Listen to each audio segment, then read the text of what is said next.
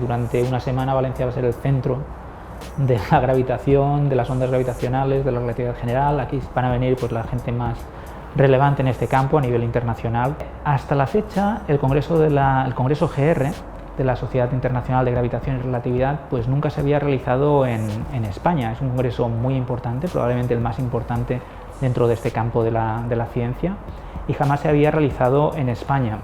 Se van a tratar todos los temas más punteros que uno pueda imaginarse dentro del campo de la gravitación.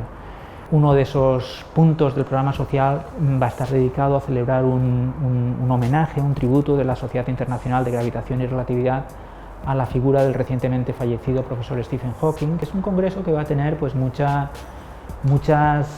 aristas. Vamos a hablar de ciencia, pero también vamos a tener tiempo para hablar de política científica y de socializar y de celebrar pues, homenajes a figuras destacadas de nuestro campo. Las preguntas de Stephen Hawking, las grandes preguntas de Stephen Hawking y de otros científicos del mismo calibre, pues continúan abiertas, y durante el Congreso, sin duda alguna, en las sesiones plenarias, en la multitud de sesiones paralelas, se tratarán estas preguntas, efectivamente, pero las respuestas están lejanas. Hawking, en particular, pues tuvo el honor de alguna manera, iniciar lo que sería el campo el complicado campo, ¿no? La complicada investigación en el campo de la gravedad cuántica. Con su descubrimiento de que los agujeros negros se evaporan, el descubrimiento de la evaporación de Hawking, pues ya un poco, digamos que ambos campos, el campo de la relatividad clásica y de la física cuántica, de la mecánica cuántica, se empezaron a hablar entre ellos. Y en este congreso pues, se seguirá discutiendo, se seguirá debatiendo pues, ese tipo de la situación en la investigación en ese tipo de contextos.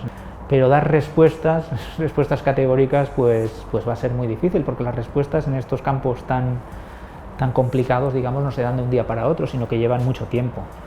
Y poco a poco se va construyendo digamos, un cuadro, ¿no? A partir de diferentes pinceladas que se van aportando. No me cabe duda de que en este congreso se presentarán pinceladas importantes para el cuadro final, ¿no?